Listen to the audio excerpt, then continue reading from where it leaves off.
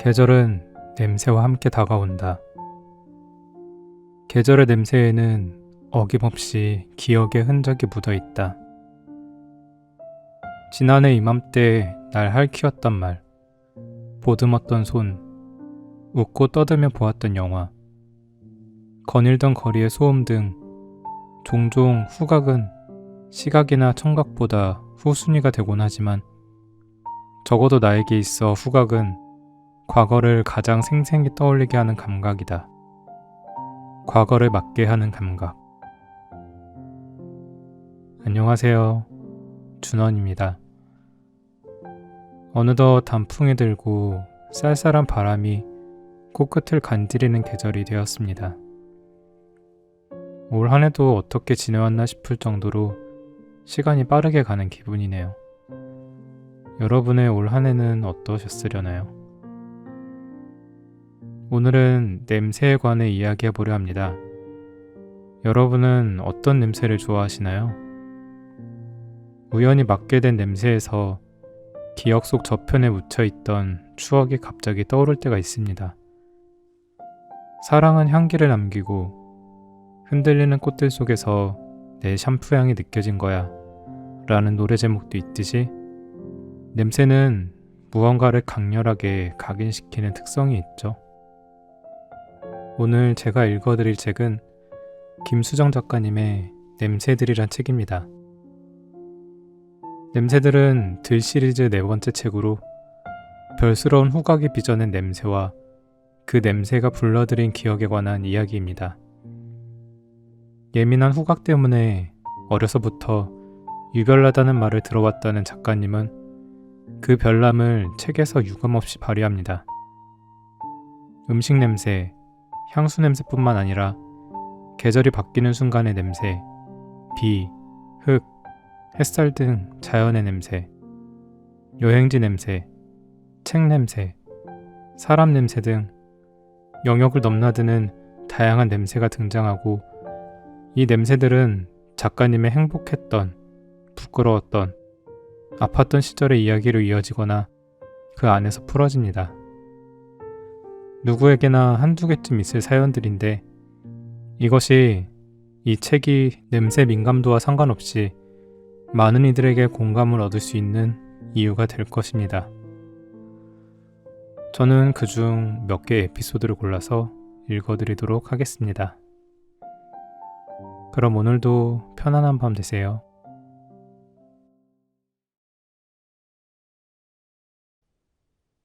계절 경계선. 계절이 바뀌는 순간, 어젯밤까지 겨울이었다가 하루아침에 봄이 되는 순간, 나는 그 찰나의 냄새를 맡는다. 공기의 질감과 온도와 향기가 달라짐을 느낀다. 어제의 계절이 내일의 계절의 바통을 터치하는 그날은 언제나 마음이 말랑해진다. 흐르는 시간의 속도를 느끼며 바뀐 계절의 공기를 손가락 끝으로 만져본다. 지나간 날들을 흘려보내기도 아쉬움에 붙잡아 보기도 한다. 왜 이제야 왔냐고, 왜 벌써 왔냐고 묻기도 한다. 나는 이걸 계절 경계선이라 부른다. 계절은 냄새와 함께 다가온다. 계절의 냄새에는 어김없이 기억의 흔적이 묻어 있다. 지난해 이맘때 날 할퀴었던 말, 보듬었던 손, 웃고 떠들며 보았던 영화, 거닐던 거리의 소음 등 종종 후각은 시각이나 청각보다 후순위가 되곤 하지만 적어도 나에게 있어 후각은 과거를 가장 생생히 떠올리게 하는 감각이다. 과거를 맞게 하는 감각. 그리고 그 감각이 가장 예민해지는 순간이 바로 계절 경계선 위에 섰을 때다. 사계절이 있다는 게 싫었던 적도 있다. 계절이 향기를 바꿔 뿌릴 때마다 지난 과거에 한 대 맞아야 하는 게 아팠다. 시간이 1년 전으로 돌아간 듯해 붕 뜬 채로 지내는 것도 번거로웠다. 지금은 안다. 1년에 4번, 계절의 초입마다 감각할 추억이 있다는 게 얼마나 감사한 것인지를. 내년 이맘때엔 어떤 향기로 어떤 장면을 추억하게 될까? 기대와 설렘을 품으며 계절 경계선 위에 가만 서 있어 본다. 나무가 고개를 흔들며 가벼운 춤을 추고 바람이 그 사이를 스치며 장난스럽게 날아가는 걸 느낀다. 그렇게 새로운 계절에 실려온 냄새를 맡고 만지다 보면 지난 계절의 고민은 어느새 사사로운 일이 돼버린다. 묵은 고민은 이미 저만치 날아갔다. 그렇게 이 계절의 새로운 냄새와 기억들을 적시며 또 다른 고민에 쌓아간다. 바뀐 계절의 냄새를 한 움큼 마시며 오늘 하루를 가뿐히 보내기로 한다.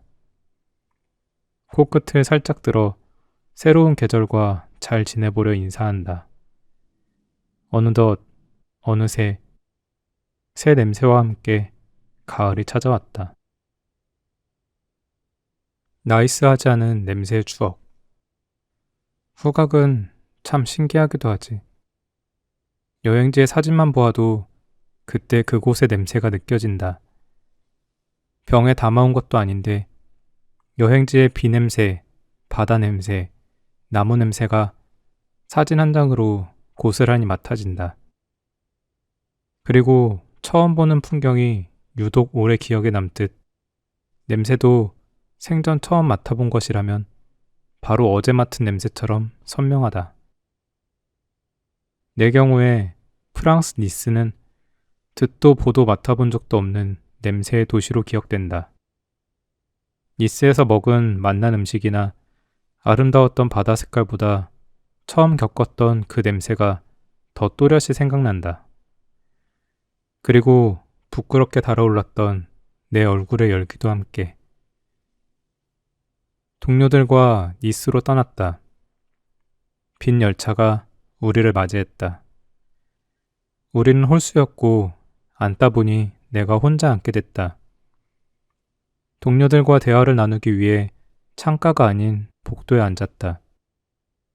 콧바람 쐬니 참말로 좋다. 가서 뭐 먹을까? 포도주를 한 병 사올까? 도란도란 수다를 떨며 니스로 향했다. 열차 밖으로는 지중해가 함께 달리고 있었고 햇볕도 우리를 열심히 따라왔다. 출발지에서 2정거장 정도 지났을까? 갑자기 거대한 냄새가 몰려왔다. 얼굴을 맞대고 떠들던 우리는 냄새의 존재감이 느껴지는 곳으로 동시에 고개를 돌렸다. 냄새는 점점 짙은 농도로 가까워졌다. 우리는 말을 멈추고 숨을 멈췄다. 한 외국인 남자에게서 나는 냄새였다.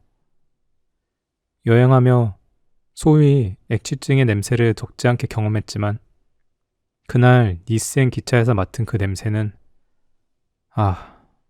정말 차원이 달랐다. 참을 수 없는 냄새에 우리는 얼굴을 구길 수밖에 없었다. 그런데 이 남자가 우리 쪽으로 성큼성큼 다가오는 게 아닌가? 동료들은 망연자실 내 옆 빈자리를 바라봤고 그 남자는 짙은 냄새와 함께 내 옆으로 왔다. 엄청나게 큰 가방을 뒤로 맨 남자는 앞좌석과 내 무릎 사이를 낑낑거리며 지나서 옆자리에 털썩 앉았다. 출발할 때만 해도 텅텅 빈 열차였는데 그 칸의 빈자리라고는 딱 내 옆자리밖에 없었다. 솔직히 나는 울고 싶었다.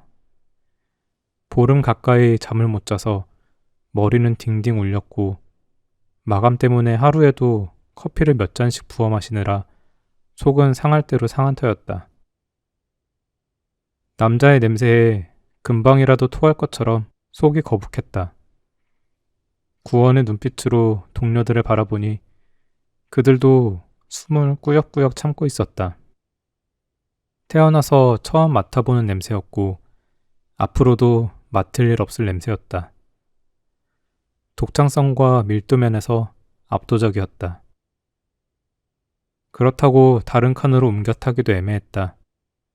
그 남자가 내가 냄새 때문에 자리를 피했다고 생각할까봐. 울기 일보 직전의 상태로 최소한의 공기만 흡입하며 앉아있는데 남자는 커다란 가방에서 뭔가를 주섬주섬 꺼내기 시작했다. 힐끗 보니 가방만큼 큰 크기의 검정 비닐봉지였다. 대충 봐도 봉지 안에 묵직하고 커다란 무언가가 들어있다는 걸 알 수 있었다. 이제 나는 냄새가 아니라 그 봉지가 겁이 나기 시작했다. 저 안에 대체 뭐가 들어있는 걸까? 살벌한 뉴스와 드라마 같은 것들이 떠올랐고 심장이 제멋대로 날뛰었다. 이윽고 남자가 봉지 안에서 꺼낸 것을 본 뒤 나는 짧게 탄식했다. 남자가 꺼낸 것은 성경이었다. 심지어 그마저도 잔뜩 긴장한 채 살펴봤다. 의심할 여지 없이 성경이었다. 남자는 가방 앞주머니에서 연필을 꺼내 밑줄을 그으며 읽기 시작했다. 나는 단지 그의 냄새 때문에, 그의 피부색 때문에 그를 잠시나마 테러범으로 의심했던 거다. 골똘히 성경을 읽는 그를 보며 나는 부끄럽고 미안했다. 니하오, 곤니치와 인사를 걸며 휘파람 부는 외국인들을 향해 못 배워먹은 인종차별주의자라고 열불을 내면서도 정작 나 또한 그들과 다를 바 없었다. 아닌 척, 잘난 척은 다 해놓고 냄새라는 자극에 본능적으로 튀어나온 인종차별. 더 나빴다. 나는 니스에 도착할 때까지 벌개진 얼굴로 앉아 있었다. 나의 무지함이 창피했고 그 창피한 만큼이나 남자의 냄새도 고약했다. 니스역에 내려서도 한동안 남자의 냄새가 코에서 떨어지지 않아 괴로웠다.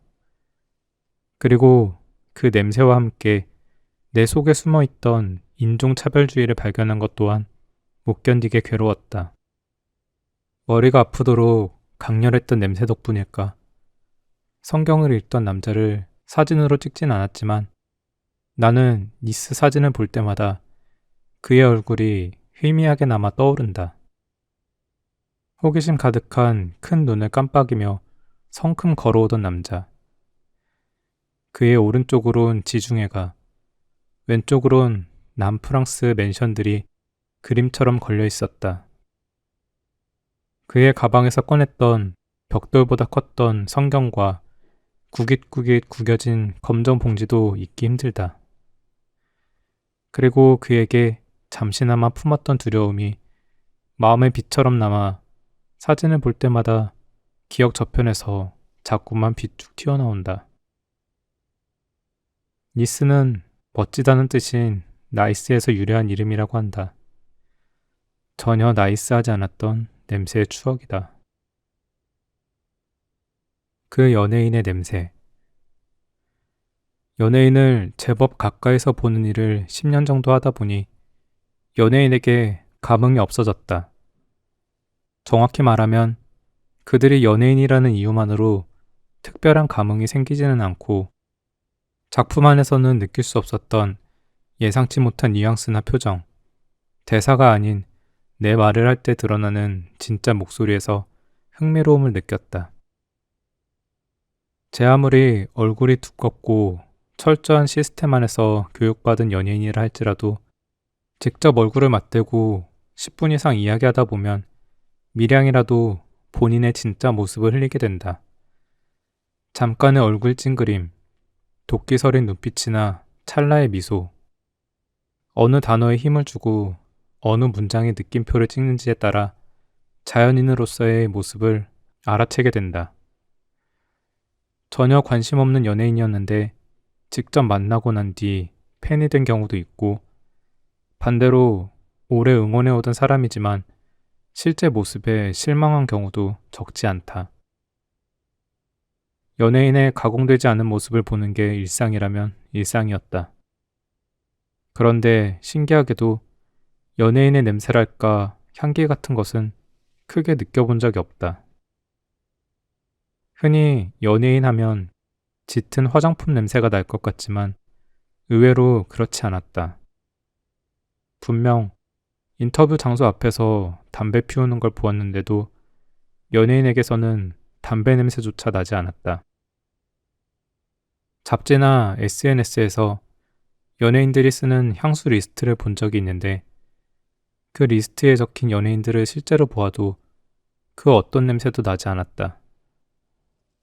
대체로 무향의 사람들이었다. 냄새 민감자로서 늘 그게 신기했다. 물론 예외는 있다. 기자 생활을 하면서 연예인에게 냄새를 맡은 적은 딱 2번. 더 있을 수도 있지만 기억에 남지 않은 것을 보니 아주 희미한 향이었거나 특별한 냄새는 아니었던 것 같다. 하지만 이 2 연예인의 냄새는 절대 잊히지 않는 아주 인상 깊은 향이었는데 1. 말을 해야 해, 말아야 해. 몇 년 전까지만 해도 할리우드 톱스타가 아니고서는 웬만한 인터뷰는 모두 1대1 인터뷰였다. 요즘은 거의 1대다 라운드 인터뷰 아니면 그마저도 화상 인터뷰로 대체되고 있다. 아무튼 그날은 모 배우와 1대1 인터뷰를 하는 날이었다. 인터뷰 장소는 카페의 작은 방이었다. 그날 그곳에서 만난 배우는 코믹 감쪽 캐릭터로 유명해졌고 입담 좋은 이미지로 예능에서도 제법 활약을 떨치던 배우였다. 하지만 실제 성격은 내성적이고 말도 짧고 속된 말로 기사 쓸 거리가 없는 배우로 악명 높은 이였다. 그런데 직접 만나보니 할 말이 없는 질문에는 짧게 답했지만 할 말이 많은 질문에는 무척이나 솔직한 마음을 털어놓는 사람이었다. 인터뷰는 즐거웠다. 느리지만 진솔한 답변이 그 작은 방을 따뜻하게 채웠고 나는 노트북 자판을 평소보다 더 조심히 치며 그의 나긋한 목소리에 귀를 기울였다. 그런 식으로 물 흐르듯 차분히 대화를 이어가던 중 갑자기 어디선가 똥냄새가 흘러들어왔다. 이건 말 그대로 똥냄새였다. 다른 대화는 생각해 볼 수 없는 똥냄새. 방귀 냄새도 아니고 음식 썩는 냄새도 아니고 정확히 똥이었다. 한창 부드럽던 인터뷰 분위기가 순간 미묘해졌다. 냄새를 나만 느낀 게 아니었던 거다. 갑자기 배우는 말을 더듬기 시작했고 나도 덩달아 식은땀을 흘렸다. 나는 질문을 하고 배우는 대답을 했지만 두 사람의 정신은 이 냄새의 정체에 꽂혀 있던 것을 그도 알고 나도 알았다. 냄새의 근원이 당연히 배우라고 생각했다. 왜냐하면 나는 방귀도 똥도 싸지 않았거든. 순간 오만 생각이 다 들었다. 차라리 내가 먼저 말을 꺼내서 와하하 웃으며 인터뷰를 끝낼까? 어디서 이상한 냄새 안 나냐며 대수롭지 않다는 듯 운을 띄워볼까? 말을 해야 하나 말아야 하나 이걸 어째야 하나 다 괜찮아질 거라고 위로를 해야 하나 눈은 배우를 바라보고 손은 타자를 치고 있었지만 무슨 정신으로 남은 인터뷰 시간을 버텼는지 기억나지 않는다. 집에 돌아와 똥냄새의 정체가 나였던 걸 알게 되었다. 간식을 주지 않아 분노한 우리 집 강아지가 내 신발에 보복성 똥을 싸놓은 것이었다. 신발 안에 그런 게 들어있을 것이라고는 상상도 못한 내가 사뿐히 지르밟고 인터뷰 현장으로 향했던 거다. 양말에 묻은 강아지 흔적에 망연자실하고 있는 나를 보며 엄마 아빠는 웃다 지쳐 눈물까지 흘렸다. 나는 배우가 순간 피치 못할 사정으로 배변 실수를 한 것인가 진지하게 고민했단 말이다. 살다 보면 그럴 수도 있는 법이라고 힘내시라는 말이 목 끝까지 올라왔단 말이다. 정말이지 쥐구멍에라도 숨고 싶은 심정이었고 인터뷰 기사 하단에 똥냄새에 대한 해명글을 첨부하기 일보 직전의 상태였다. 그 배우는 감초 코믹 조연에서 믿고 보는 주연급 배우가 되었고 광고주가 사랑하는 모델로 급부상해 여러 CF에 등장했다. 나는 TV, 버스, 포털 사이트 광고에서 그의 얼굴을 마주할 때마다 그날의 똥냄새가 생각나 나도 모르게 하이킥을 하고 만다. 좌우로 쉴 틈 없이 흔들리던 그의 눈빛을 냄새 유발자의 당혹스러움으로 오해한 것을 사과하고 싶지만 이제와 그 냄새가 실은 내 냄새, 아니 우리 집 반려견 냄새였다고 말한들 무슨 소용인가. 그날 인터뷰는 완벽히 망했고 그는 나를 똥냄새 나는 기자로 생각했을 텐데. 그날의 인터뷰를 내가 어떻게 기사로 썼는지 찾아보니 평소 기사에 절대 쓰지 않는 물결 표시도 느닷없이 쓰고 제목도 평소 내가 달던 스타일이 아니었다. 인터뷰 사진 속 배우의 표정도 어딘가 피곤해 보이는 것이 괜히 내 탓 같고 미안하다. 하여간 그날의 똥냄새 덕분에 나는 신발을 신기 전 항상 강아지 똥이 있는지 없는지부터 살피는 버릇이 생겼다. 2. 생활인의 아침. 그는 톱스타였다. 여러 작품에서 로맨틱한 모습을 보여주며 문 여성들의 이상형 1순위로 꼽히는 이였다. 패션 센스도 좋아서 그가 입고 신는 아이템들은 모두 완판되었다. 한마디로 워너비 스타, 패셔니스타, 게다가 어쩐지 신비로운 매력도 갖고 있었다. 그가 평소 어떤 것을 먹고 어떤 운동을 하고 어떤 생활을 하는지 어렴풋하게라도 짐작할 수 없었다. 베일에 쌓인 스타였다. 이른 아침 인터뷰였다. 그는 부스스한 얼굴로 현장에 도착했고 바쁜 홍보 일정 탓인지 제법 피곤해 보였다. 그런 그가 자리에 앉자마자 아빠에게서 나던 냄새가 느껴졌다. 말하자면 흡연자 남성, 정확히는 중년 흡연자 남성의 냄새. 오, 이게 꽤 충격적이었다. 냄새가 고약해서 그런 게 아니라 그간 많은 연예인을 만나면서도 이렇게 직접적인 생활인의 냄새를 느낀 것은 처음이었기 때문이다. 연예인에게 소탈한 매력, 의외의 인간미, 이런 표현을 웬만하면 쓰고 싶진 않은데 그에게서 의외로 소탈한 인간미가 맡아졌다. 아침에 겨우 일어나 담배를 피우고 스킨이니 애프터 쉐이브 크림이니 따위 생략하고 머리카락은 수건으로 탈탈 털어 말리고 옷장에 꽤 오래 걸려있던 옷을 아무거나 대충 걸쳐 입고 부랴부랴 매니저의 차를 타고 나온 딱 그런 냄새였다. 출근길 지하철이나 버스에서 흔히 맡을 수 있는 냄새. 아, 그도 오늘 여기로 출근한 거지. 생활인으로서의 연예인을 냄새로 감각한 건 꽤 의미 있는 경험이었다. 그날 이후 나는 종종 연예인들이 어떤 과정을 거쳐 출근했는지 상상해 보곤 한다. 요즘에는 유튜브로 해외 스타들의 영상을 보며 혼자 이런저런 장면을 떠올리는 게 취미다. 저 영국 배우는 오늘 아침 무얼 먹고 화보 촬영장에 갔을까? 저 미국 팝스타는 무대에 오르기 전 데오드란트를 썼을까 안 썼을까 하는 것들.